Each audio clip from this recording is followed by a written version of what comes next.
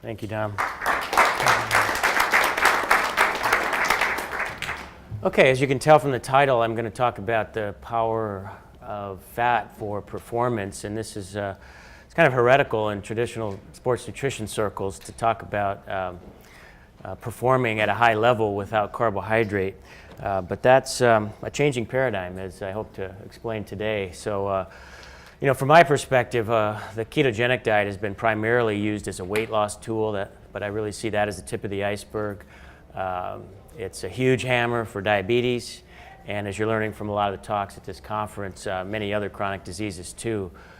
And I showed this slide yesterday because I really believe switching fuel use to a near exclusive reliance on fat for fuel has tremendous health promoting properties and as well as potentially performance enhancing properties. So you look at this spectrum of applications of being in a keto adapted state, it's pretty remarkable to consider. We have a tool here that not only can reverse type 2 diabetes, maybe cure cancer, some neurological diseases, but this near same exact dietary approach may also augment and enhance performance in certain situations. So that's pretty neat.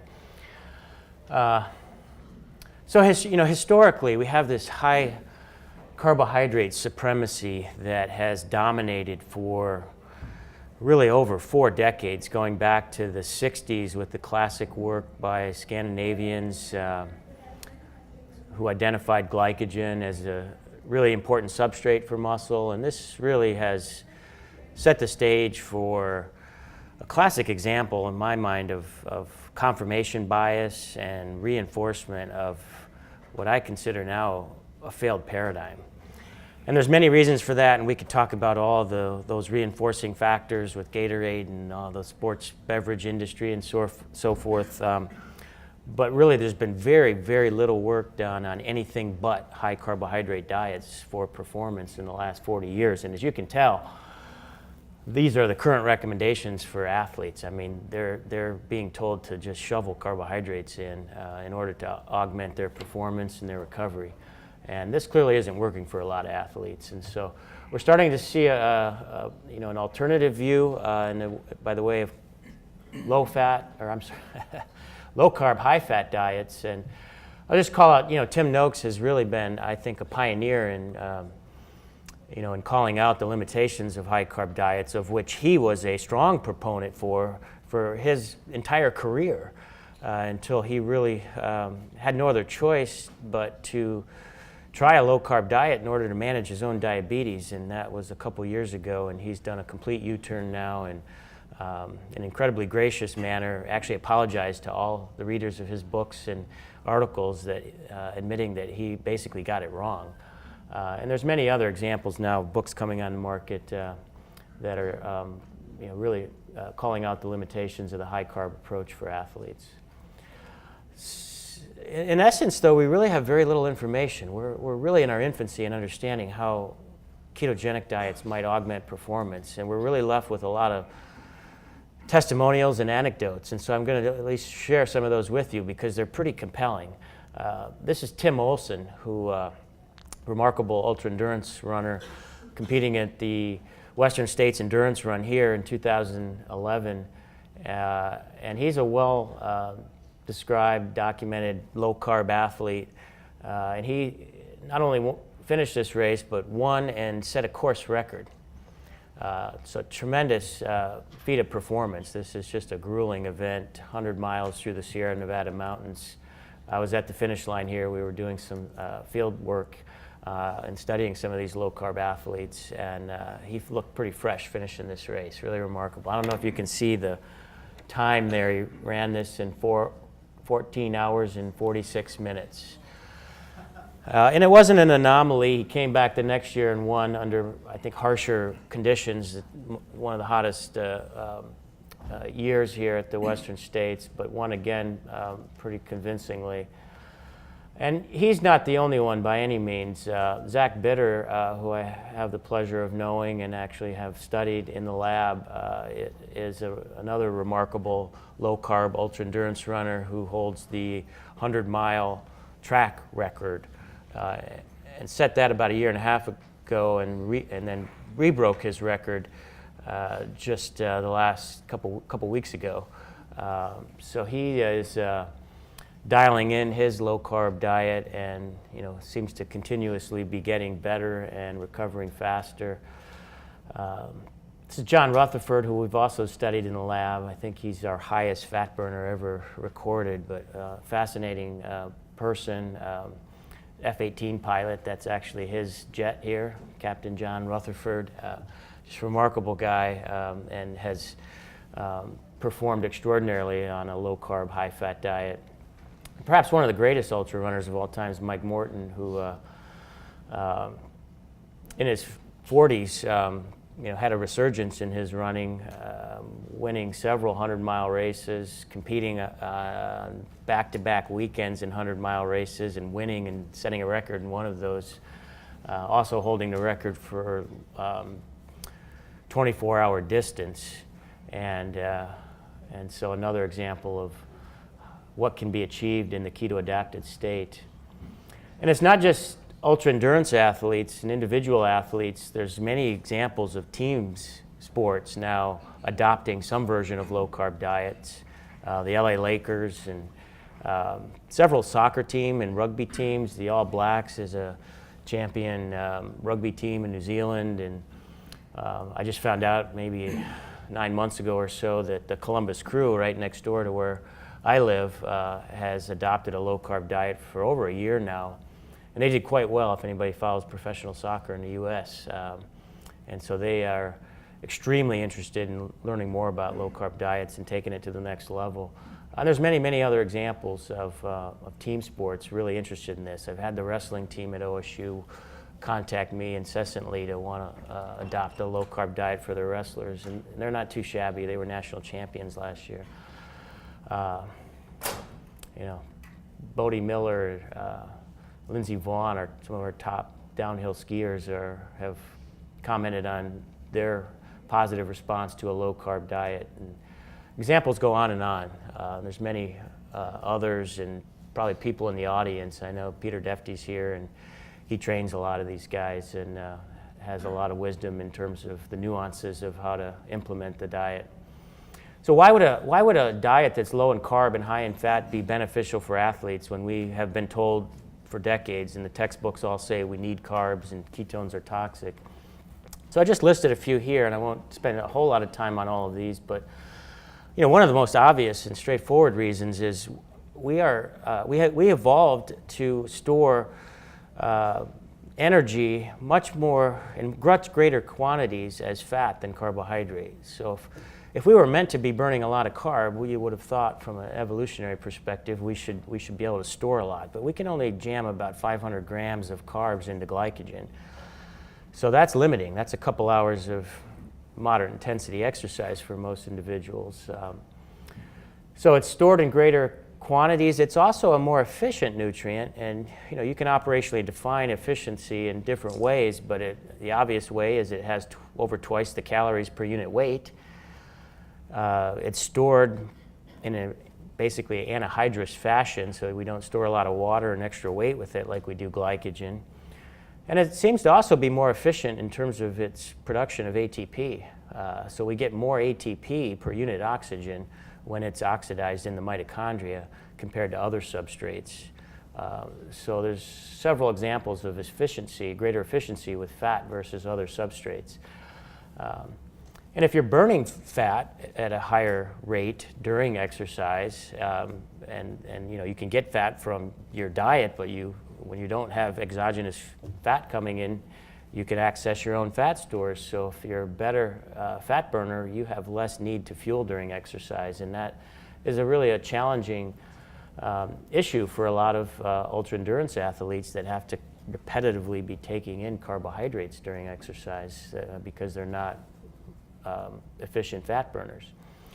Ketones generate less ROS, and I think we've had some talks and we've heard a bit about that, but at least in some basic science studies, a lot of Veach's work suggesting that ketones are more efficient in terms of their oxidation and generate less exhaust or less reactive oxygen species or free radicals than other substrates. And that's, I think, of primary importance with endurance athletes because there's a tremendous amount of oxidative stress associated with the high energy expenditures, and the body has to absorb that.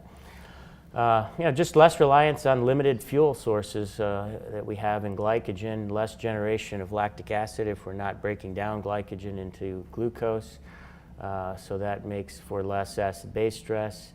A lot of athletes, we have sort of these indirect benefits where a lot of athletes could benefit from losing a little bit of fat and being more efficient in terms of their power to weight ratios and so forth. So you don't have to be obese to benefit from this, but even 5-10 pounds of fat loss can enhance efficiency in running greatly without losing lean tissue. And we basically make athletes bonk-proof when they're keto-adapted, and this tracks back to the classic function of ketones, which is to be an alternative fuel source for the brain. And so ironically, as the longer you exercise, the more ketones you have available to fuel the brain as opposed to less substrate when your brain's running on glucose. So that's a profound benefit for the ultra-endurance athletes anyway. And then we have the signaling or epigenetic effects of ketones where basically beta-hydroxybutyrate is acting like a hormone to signal less inflammation, less oxidative stress.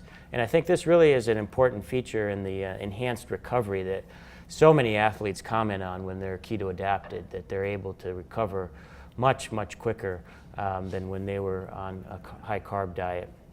And there's just this, we have a lot of cellular mechanisms identified as to how exercise benefits insulin sensitivity, mitochondrial biogenesis, et cetera, et cetera. That's why we promote exercise. But a lot of those benefits have been shown to be attenuated or completely ameliorated when you provide carbohydrates after exercise. So I really don't think slamming a lot of carbohydrates after exercise, which we're told to do to replenish glycogen, is good for overall health. And of course, we're seeing this play out as athletes get into middle age and they're obese and they're pre-diabetic. You really just can't outrun your insulin resistance, as many examples of that, including Tim Noakes. So given the lack of really any evidence out there in long-term keto adaptation, we were motivated to try to convince a group of low-carb, keto-adapted athletes to come to our lab at the time in Connecticut, the University of Connecticut. So we designed this study called the FASTER study, which was really pretty simple in nature. We wanted to basically peek under the hood of the keto-adapted athlete and see what makes them tick and what type of metabolic adaptations do they manifest, because that really had not been done before, at least long-term keto adaptation. So we did this about 2 years ago. I guess we started recruiting for this, and the first paper we published in Metabolism a couple months ago. So the basic design was to recruit 10 high-level ultra-endurance runners that were traditionally on the high-carb diet, and then 10 that were as low a carb as we could find. And as you can kind of tell by the table here, these are very well matched, and that's, I think, really important for interpretation and comparison, because these essentially were twins. We tried to find identical age, weight, training status, performance status, and then match them into the high-carb, low-carb groups. And it turns out they're very well matched, and even their engine is about the same here. They're very close VO2 max.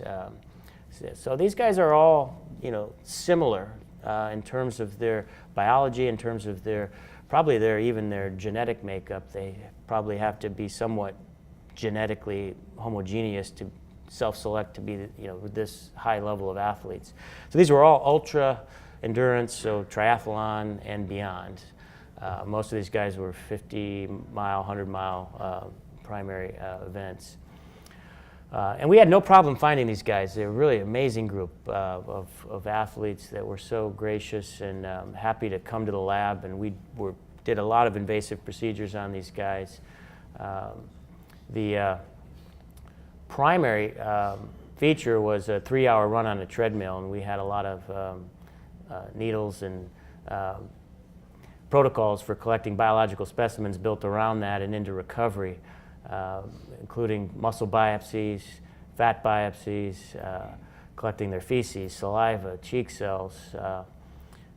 We were infusing tracers into these guys, and honestly, these guys smiled the whole time and left thanking us. It was pretty incredible, because I thought we'd have to twist their arm and pay them a fortune to do this, and they didn't even want any money. So what did we find? First, to give you a little context, because this, this parameter here is not something we necessarily see often, but when we ask the question, how much can fat burn? So what's the maximal rate of fat oxidation in humans? That question has been addressed in quite a few studies, and this is probably the largest, most comprehensive study to address that question. And you can see from this, there's quite a scatter here. This included over 300 individuals, including some high-level athletes in this cohort. And the highest individual here was about 1 gram per minute of fat oxidized. And that's not related to maximal oxygen consumption, as you can see. But of any individual, that's the highest rate I've ever seen reported in the literature. So that seems to kind of be a ceiling that exists where humans can't burn more fat than that. So we've tested this in the faster cohort, and this is the peak fat oxidation in the high carb group. And I should note these are really extraordinarily high levels, because these are elite athletes.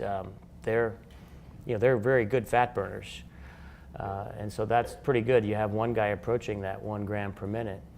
But this is the low carb athletes. So you can see twofold higher rates of peak fat oxidation. The highest fat burner in the high carb groups lower than the lowest fat burner in the low carb groups. So just extraordinary ability to burn fat, and this was done during a incremental exercise test on a treadmill. And then the following day, we did a 3-hour run on a treadmill. Well, I'm sorry, I'll come to that in a second. So this is data from the same incremental exercise test on the treadmill. And this is looking at fat oxidation as a function of exercise intensity. And these are sort of classic graphs, if you've read an exercise physiology textbook, where you typically see fat oxidation at low intensity exercise gradually increases during moderate intensity exercise, and then at around 50-60% it peaks, and then it drops sharply as you increase exercise intensity for many reasons, and people have tried to identify why. And this is the graph in the low carb athletes. So you see everything's pushed up markedly and to the right, such that peak fat oxidation occurs at, I think, around 70% VO2 max, where it's closer to 55 or so in the low carb athletes. So they're able to push their fat oxidation up at higher exercise intensities. They still get that drop off, though, at close to max. So this is the 3-hour run on the treadmill. And we locked in the intensity here, so they're exercising at 64% of VO2 max, which is a pretty easy pace for these guys. So 3 hours was kind of a warm-up for many of them. And you can see on the left, the high carb guys, this is very typical, where they burn about a 50-50 mix of carbs and fat. Tends to drop off a bit in terms of fat as exercise progresses, as glycogen becomes depleted. But in the low carb athletes, they get almost 90% of their energy from fat, and that's pretty stable over 3 hours. So again, demonstrating just a remarkable, near twofold greater increase in fat oxidation during submaximal exercise. This wasn't too surprising, because we had some inclination this would be the case, from Steve Finney's work back in the early 80s. But that was only 4 weeks of keto adaptation. And in that work, they showed a marked attenuation of glycogen during exercise. And that's fully what we expected to see. So here's some circulating markers. The ketones were higher, as you would expect, and they increased during exercise.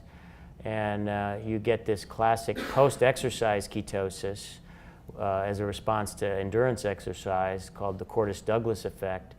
And so they're approximately twofold higher levels than the high-carb athletes. We did a lot of circulating markers. I'm just going to show you a few here. This is serum glycerol. This is an indication of adipose tissue lipolysis.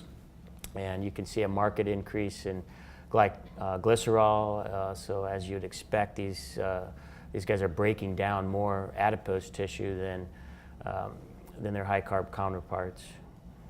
Now, this was what was really shocking to me, and I think for most people, that the glycogen levels in these guys were almost exactly the same as the high-carb group at baseline, immediately post 3-hour run, and 2 hours post 3-hour run. And we know these guys are burning nearly all fat. So the question is, why on earth would they bother to break down glycogen when they have an abundant supply of fatty acids and acetyl-CoA for the Krebs cycle to make ATP? And if you do the math in terms of the molar or gram quantity of glycogen broken down in these low-carb athletes relative to the carbohydrate that was oxidized during the 3-hour run, there's over 100-gram difference.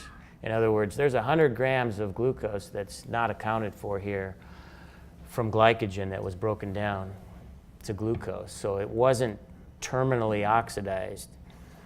And the question is, why would these keto-adapted athletes bother to do that? And we of course don't know for sure. We have some speculation. We think that glucose may be an important source of oxaloacetate to keep the Krebs cycle running. So you can break down glycogen to provide glucose to pyruvate to oxaloacetate, and it wouldn't show up in CO2 in the breath because it's not terminally oxidized, but that keeps the Krebs cycle running for the fatty acids that are in supply. It also could be serving a source of glucose for the pentose phosphate pathway, which we tend to forget about, but it's an important pathway for glutathione synthesis, as well as NADH, NADPH, and also a source of ribose for nucleotide synthesis. And so those types of pathways may be important to ensure the keto-adapted athlete is providing those intermediates of metabolism for proper fueling. Why would they pump then? And what? It seems like they're depleting their glycogen stores at the same rate. Do you have usage of that glycogen? Why is it that they don't get to the end of their effort, at about the same time that the high carb guys would? Well, these guys aren't fatiguing at 3 hours, so these glycogen levels aren't associated with fatigue in this experiment anyway. The point that they got to the point that they deplete their glycogen store, do you think they both kind of fall apart at the same time? That's a great question, and if we could have taken this out to 6 hours, I think that's where you would have seen a differential, where the high carb guys would be suffering because they're glycogen depleted and probably close to bonking. That's where the keto adaptation really starts to distinguish itself, because suddenly it seems like those people don't need their glycogen stores anymore to do all this processing. Well, that's right, because they're keto adapted. What's going on after the 3 hours? Yeah. You're going to have a panel discussion after the call. Sorry. So, and then there's the resynthesis of glycogen. That, how do these guys resynthesize glycogen when we're not providing really any carbohydrates post-exercise? And again, we don't know for sure, but the glycerol can be a source of carbons for the lactate was actually slightly higher in these keto-adapted athletes. And so that you could actually have direct glycogen synthesis by lactate, or it could be indirectly serving as a gluconeogenic substrate for glycogen. But what's really amazing here is there are some profound long-term adaptations to a ketogenic diet that preserve glycogen levels and really alter glycogen metabolism that in a way that was completely unexpected. And this, again, is very different than Finney's work, so it suggests that 4 weeks is probably not, you don't see the full adaptations to a ketogenic diet. And that kind of fits with what a lot of athletes comment, that they get an additional benefit after 6 months or even years of being on this diet. So I thought I'd just quickly show you the cholesterol. I talked a lot about cholesterol yesterday and noted that these athletes had extremely high cholesterol. As you can see here, their LDL cholesterol is almost twofold higher. Their HDL is also remarkably higher, and some incredibly high levels here that are the highest levels I've ever seen, such that when you look at the ratio of total cholesterol to HDL, they're actually similar. And then when you look further into the LDL particle heterogeneity here, looking at the different particle sizes, the low-carb guys, despite having those tremendously higher LDL cholesterol, actually have fewer small LDL particles. And so all that is in the larger LDL particles. And when you look at a score of insulin sensitivity based on the, I think it's 7 or 8 of these NMR parameters that you get from the lipo profile from LipoScience, you see these guys are markedly more insulin sensitive based on these lipoprotein particle distributions than the high carb guys. Now these guys aren't insulin resistant by any means. I put this scale up here, so they're within the 25th percentile, but these guys are probably down in the 1 or 2 percentile of insulin sensitivity. And we've done a lot of other work with this FASTER study that we haven't published yet.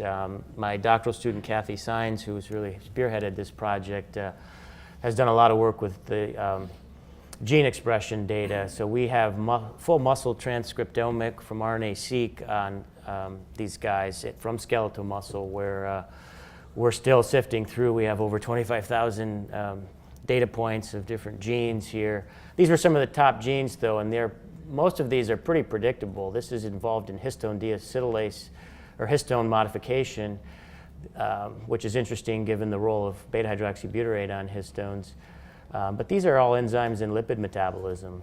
Or this one's actually glycogen metabolism. This is first enzyme in ketogenesis. This is an enzyme in beta oxidation. So there's clearly some upregulation at the gene level happening here, and there's a whole host of other genes that we're sifting through as well. And we've got metabolomic data as well from skeletal muscle that we're still mining. So I'm almost done here. I need to give Jake time because he's got the really exciting stuff.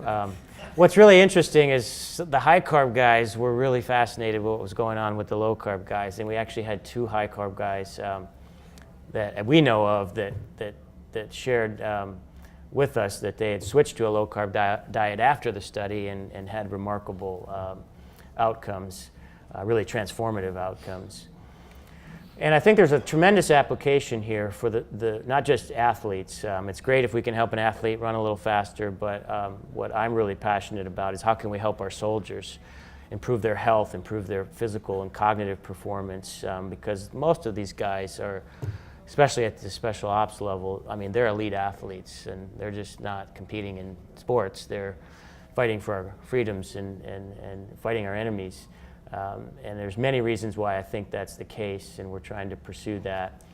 And as has been mentioned many times, keto adaptation and the effects of ketogenic diets are not simple.